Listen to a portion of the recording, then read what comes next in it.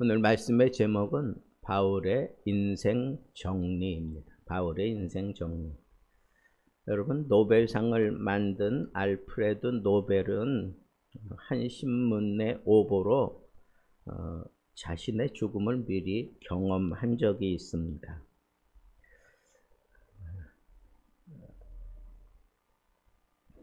죽음의 상, 노벨 사망, 이렇게 기사가 났습니다. 그는 자신이 만든 다이너마이트가 인류에게 해를 끼친다는 평가에 충격을 받고 남은 생을 인류 평화를 위해 헌신하며 노벨상을 제정했습니다.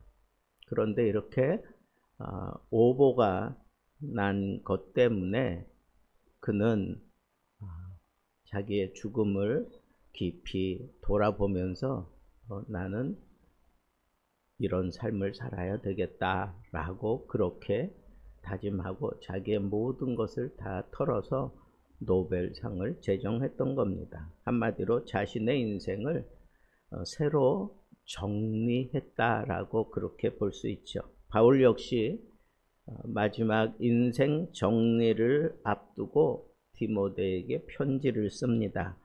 나의 떠날 시각이 가까웠다.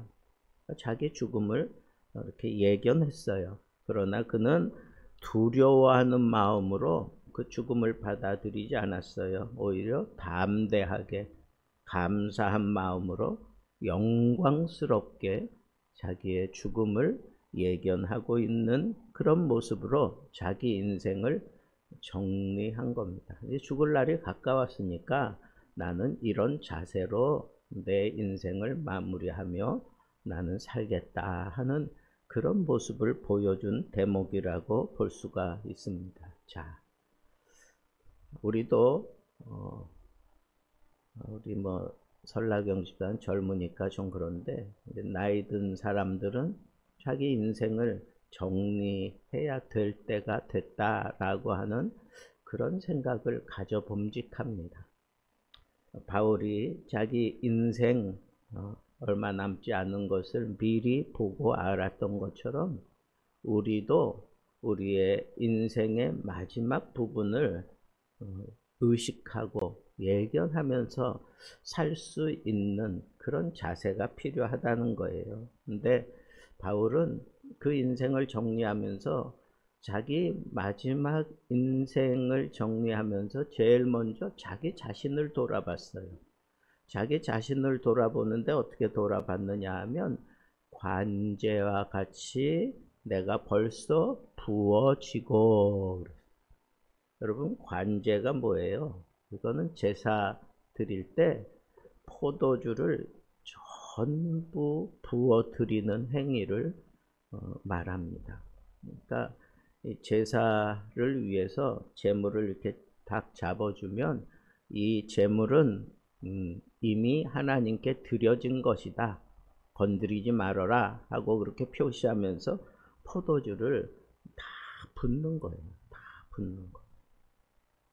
그러니까 사도 바울은 자기를 돌아보면서 예수 그리스도를 만난 이후 자기는 온전히 하나님께 다 부어진 인생을 살아왔다라고 지금 고백하는 거예요. 하나님께 완전히 쏟아진, 그러면서도 나는 내가 주님을 만난 이후로 나는 온전히 하나님의 영광을 위해서 이미 하나님께 다 드려진 그런 인생관을 가지고 자기의 영달을 위해서 살지 않았다는 거예요. 자기의 욕심을 위해서 살지 않았다는 거예요. 자기의 젊음도, 자기의 시간도, 자기의 재산도, 자기가 누리고 있는 자유, 그리고 심지어 생명까지도 하나님께 이미 다 드렸다는 거예요. 그런 모습으로 자기는 지금까지 달려왔다 하는 거예요. 내가 그리스도와 함께 십자가에 못 박혔나니 그런즉 이제는 내가 산 것이 아니라 내 안에 그리스도께서 사신 것이라. 이제 내가 육체 가운데 사는 것은 나를 사랑하사 나를 위하여 자기 몸을 버리신 하나님의 아들을 믿는 믿음 안에서 사는 것이라. 여러분, 바울이 이렇게 온전히 드려진 삶을 사는 것은 분명한 목적이 있었어요. 분명한 방향이 있었어요. 그리고 뭘 붙잡아야 하고 무엇을 포기해야 되는지 바울은 분명히 알았어요. 그렇게 온전히 헌신된, 부어진 그런 모습으로 막 달려왔지만 그 다른 박질 속에 막 숨이 벅찬 때도 있었고, 강의 위험도 있었고, 바다의 위험도 있었고, 그 다음에 돌멩이에 맞아서 죽은 줄 알고 다 던져진 적도 있었고, 뭐 심각한 고문을 당하고 여러 가지 심각한 어려움들, 그런 모든 것들을 그가 다 경험을 합니다. 다 경험을 하지만 그렇다고 해서 주님을 위해서 완전히 드려진 모습으로 사느라고 그가 우리가 볼 때 다 옳은 행동만 보여줬는가? 아니에요. 자기는 옳다고 생각하면서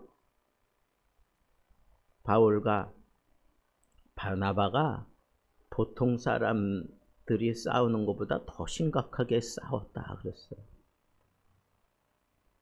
여러분, 자기 의견 피력하면서 좋게 말하고 그렇게 헤어져도 되는데 어떻게 했어요? 심히 다퉜다.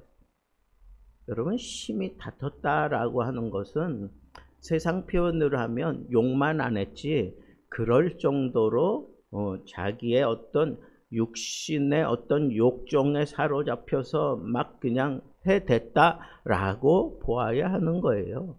바울이라고 실수 안 한 거 아니에요. 바울이라고 또 뭐 우리가 볼 때 다 존경할 만한 일만 행한 게 아니에요. 바울도 지쳤고 바울도 그냥 이렇게 주저앉은 적도 있어요. 자기가 설교를 했어요. 기가 막힌 설교를 했어. 아덴 사람들에게 정말 기가 막힌 설교를 했어. 근데 우리가 잘 아는 대로 몇 사람 돌아서지 않았어요. 그래서 바울은 심히 다운됐어요. 정말 심히 다운됐어요. 그래서 그 아덴을 떠나 고린도로 오게 되는데, 그 고린도 지역으로 이렇게 오면서 이렇게 다운돼 있었다고요. 거기 가서 막 예전에 했던 것처럼 막 열심히 복음을 전했느냐? 그렇게 하지 않았어요. 그런데 그를 위안받게 만들었던 게 바로 프리스길라 아굴라 부부를 보고, 자기하고 업이 같으니까, 텐트 메이커니까 뭔가 얘기가 통할 것 같다. 주를 위해서 헌신하느라고 로마의 핍박을 피해서 이 부부가 그냥 있어도 되는데 그렇게 복음을 가슴에 안고 이렇게 피해온 부부란 말이에요. 한 사람은 헬라인이고 한 사람은 유대인이니까 그냥 헬라인 입장을 내세우면서 그냥 있어도 되는데 복음 때문에 그냥 자기 남편 때문에 그냥 이렇게 흘러 들어온 거예요. 그러니까 이 가정은 복음이 있는 가정이다. 그런데 텐트 메이커를 하고 있어요. 그러니까 뭔가 나만 이렇게 온전히 하나님을 위하여 헌신하는 게 아니구나. 사명자가 아닌 이 평신도 부부도 복음 때문에 이렇게 고난을 받는 자리에 기꺼이 나와서 이렇게 애를 쓰고 있구나. 오히려 바울이 이 가정에 들어가 살면서 많은 위로와 그리고 도전을 받아요. 물론 그 부부에게 아주 특별 레슨을 했어. 누가? 바울이. 그죠? 그래서 아주 이 부부가 성경적으로, 영적으로 아주 바람직하게 이제 성장을 했어요. 그걸 우리가 어떻게 알 수 있느냐? 아볼로, 성경 박사 아볼로 집회에 갔는데 보니까 알맹이가 없어.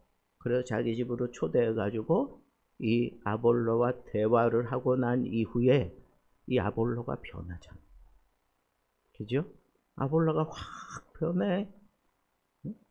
그래서 이후에 말씀을 전했더니 유대인들이, 귀부인들이, 아주 도도한 그 귀부인들이 그 말씀에 순종하고 들어오는 거예요.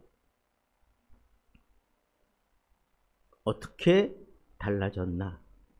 아볼로는 성경에 대해서 쭉 얘기하면서 토킹 어바웃 했어. 예수 그리스도에 대해서 얘기를 했어. 근데 이 브리스길라는 프리칭했어. 프리칭 지졌어. 아주 당당하게 설교했다고, 당당하게 외쳤다는 거예요. 그래서 아볼로가 처음에는 토킹 어바웃 하다가 은혜 받고 난 이후에 이 브리스길라 아굴라 부부를 만나 대화하고 난 이후에 그 다음에 이 아볼로가 달라졌어요. 어떻게 했어요? 프리칭 지저스 했어. 이렇게 달라지도록 그렇게 역사했던 사람이 브리스길라 아굴라인데, 이미 브리스길라 아굴라는 바울에게서 특별 레슨을 적어도 1년 반 이상 받았다고 보는 거예요. 바울의 전략이 달라졌어요. 어떻게?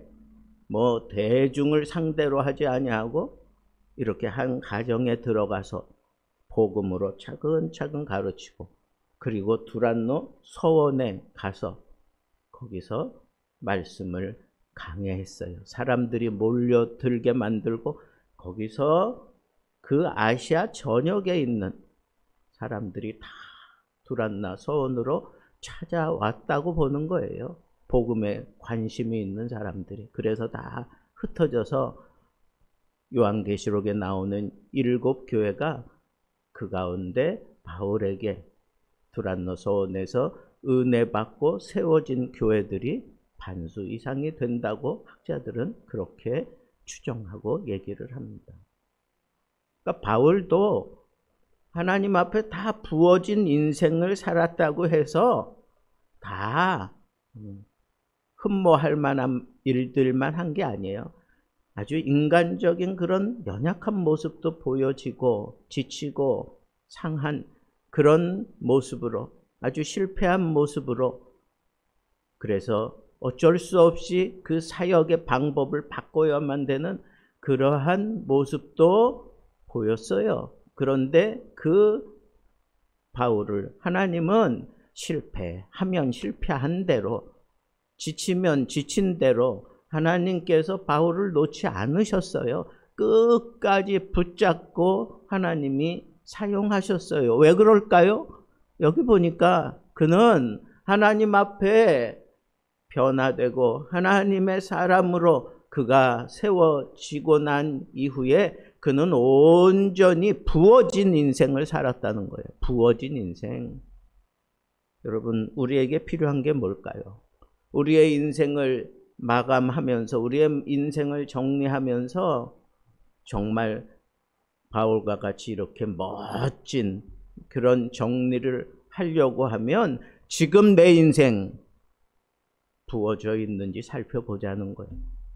여러분들의 인생 부어진 모습으로 살아가고 있습니까? 부어진 모습으로 하나님 앞에 걸어왔습니까?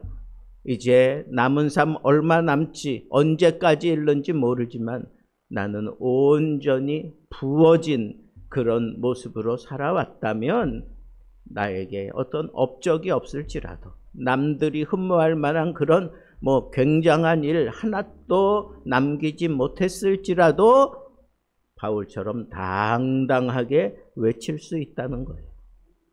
부어진 인생을 살아야 합니다. 한 선교사가 아프리카에서 사역을 마치고 어쩌면 폐잔병처럼 귀국하는 날, 같은 배에 그 당시 미국 대통령 루스벨트 대통령이 사냥 여행을 마치고 그 배에 같이 타고 있었어요.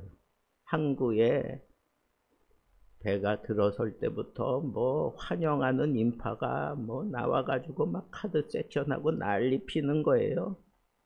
그런데 이 선교사를 맞이하는 사람은 한 사람도 없었어요.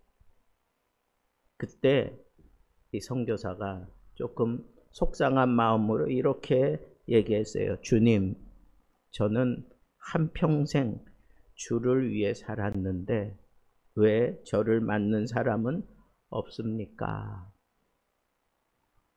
그때 마음속에 주님의 음성이 들리더래요. 얘야, 너는 아직 집에 돌아오는 게 아니잖아. 바울의 고백이 바로 이것입니다. 아직 이 땅에서 내가 해야 할 마지막 일이, 마지막 호흡이 다 끊어지는 그 순간까지 내가 마지막까지 해야 될 일이 있다.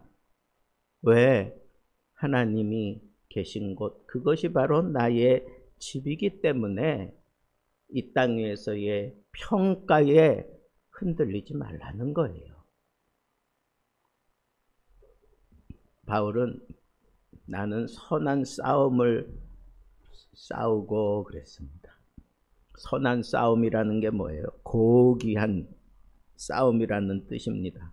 싸움은 고귀한 게 어디 있겠어요? 그런데 여기서는 선한 싸움, 고귀한 싸움을 얘기해요. 인생에 대해서 전쟁이라고 그렇게 얘기하면서 바울은 싸웠다, 그런 표현을 해요. 선한 싸움을 한다. 그 싸움이 뭐예요? 한마디로 무엇 때문에 싸우는 건가?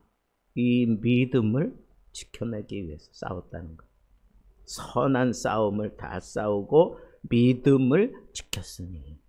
예? 여러분, 우리의 싸움은 믿음의 싸움이에요. 가치 있는 싸움은 믿음의 싸움이에요. 감옥에서도 배가 난파될 때에도, 사람들에게 버림받았을 때에도 이 싸움은 계속되었습니다. 사탄과 싸웠고, 정욕과 싸웠고, 세상과 싸웠고, 두려움과 싸웠습니다. 뭐 때문에? 믿음 때문에. 믿음 지켜내려고.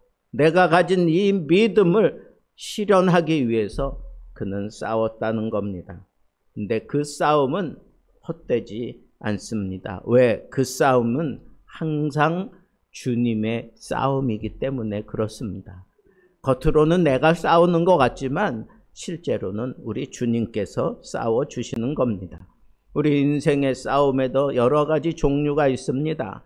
세상 사람들은 남보다 더 가지기 위해서 싸우지만 우리는 믿음을 지키기 위해서 싸워야 합니다. 가정에서, 직장에서, 교회에서, 사회에서 하나님의 말씀을 붙잡고 믿음을 내가 지켜내기 위해서 싸우는 싸움, 그 싸움을 싸워야 된다는 거예요.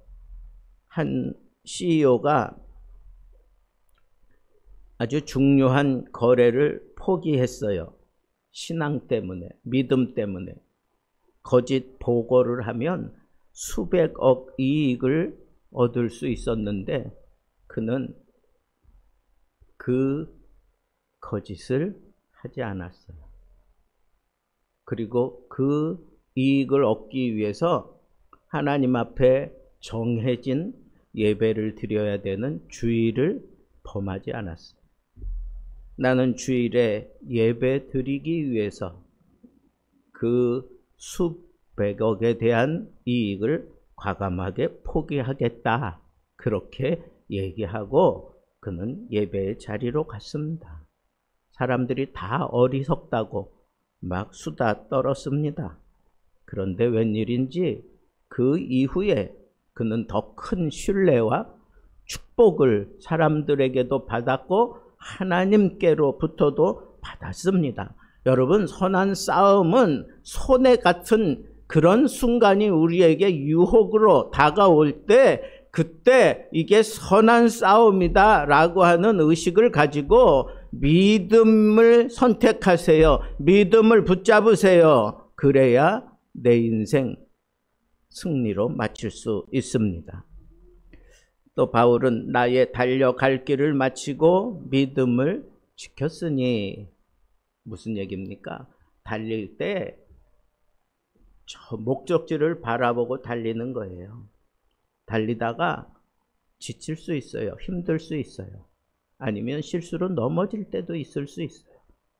그렇지만 사람들은 포기할 때가 많지만 아니에요. 나는 포기하지 않습니다. 끝까지 달리는 거예요. 믿음의 싸움은 그렇게 싸우는 거예요. 가다가 중지하지 않습니다. 중간에 포기하지 않아요. 끝까지 완주해야 합니다.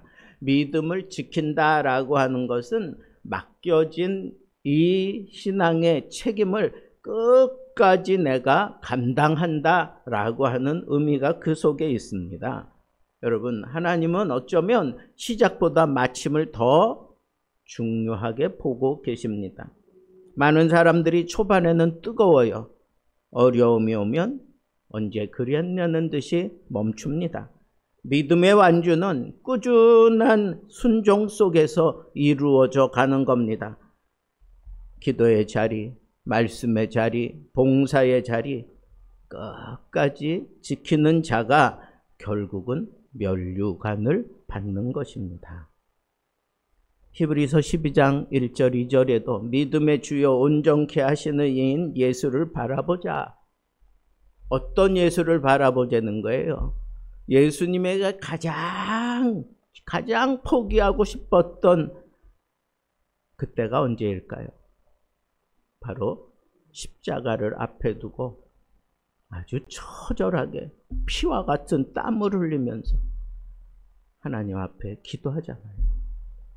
아버지, 할 수만 있다면 이 잔을 내게서 지나가게 해달라고. 우리 주님이 답을 몰라서 그랬을까요? 다 알았어요. 그러나 나의 원대로 마옵시고 아버지의 뜻대로 되기를 원합니다. 똑같은 기도를 3번이나 했어요. 왜? 그만큼 힘들었다는 거예요. 그만큼 힘들었어.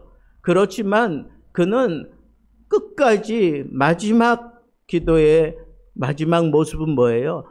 내 뜻대로 마옵시고 아버지의 뜻대로 되기를 원합니다. 아버지의 뜻대로 되기를 원합니다. 예수님도 참 힘들고 너무 힘들고 괴롭고 어려워서 이렇게 하나님 앞에 막 매달리듯이 기도한 때도 있어요. 그렇지만 포기하지 않았어요. 예수님이 포기하지 않았고 그래서 마침내 십자가를 지셨기 때문에 우리 인생들에게 생명의 길이 열렸던 것입니다. 예수를 바라본다는 건 바로 끝까지 완주해 내신 우리 주님을 바라본다는 겁니다.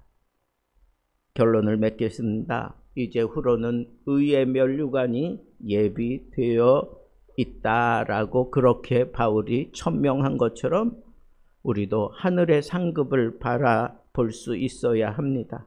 이제 후로는 이라고 하는 것은 내가 이 말씀을 붙들고 끝까지 믿음의 싸움을 완주하겠다라고 하는 것이 미래형으로 그렇게 구성되어 있어요. 끝까지 이제 후로는 이거는 미래형이에요. 그러니까 미래 끝까지 나는 하늘의 영광을 바라보면서 이 현실에 있는 암울한 이 모든 것들에서 눈을 떼고 하늘의 영광을 바라보면서 끝까지 달려가겠습니다 라고 하는 그런 표현입니다. 면류관은 승리의 상징이고 우리 하나님이 인정해 주시는 겁니다. 여러분, 우리 한 인생 살고 하나님 앞에 상을 받고 내 인생 마감했다면 얼마나 복되고 영광스러운 겁니까? 상 받는 것도 받는 거지만 하나님이 인정해 주시는 게 더 귀한 거예요.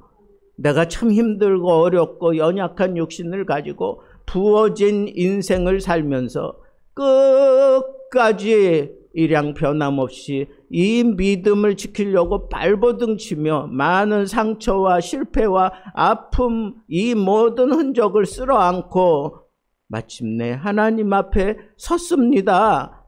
하나님이 나를 인정해 주셔서 내가 이 면류관을 받게 되었습니다 하는 그런 고백을 하고 있는 것입니다. 여러분, 우리도 언젠가 바울처럼 인생의 마지막 회의를 맞이할 때가 올 겁니다. 그날 우리가 바울처럼 고백할 수 있었으면 좋겠습니다. 나는 선한 싸움을 싸우고 나의 달려갈 길을 마치고 믿음을 지켰다. 그런데 이런 승리할 수 있는 공식이 앞에 선행되어 있는 것 때문에 그래요. 뭐예요? 관제와 같이 부어지고 하나님께 몽땅 다 부은 인생을 사십시오. 그러면 우리도 바울처럼 이런 승리의 보고를 하며 마침내 천국문에 들어가 거기서 하나님께 의의 면류관을 받아 쓰고야 말 것입니다. 이런 면류관을 받아 쓸 수 있는 멋진 인생 살게 되기를 우리 주님의 이름으로 축복합니다.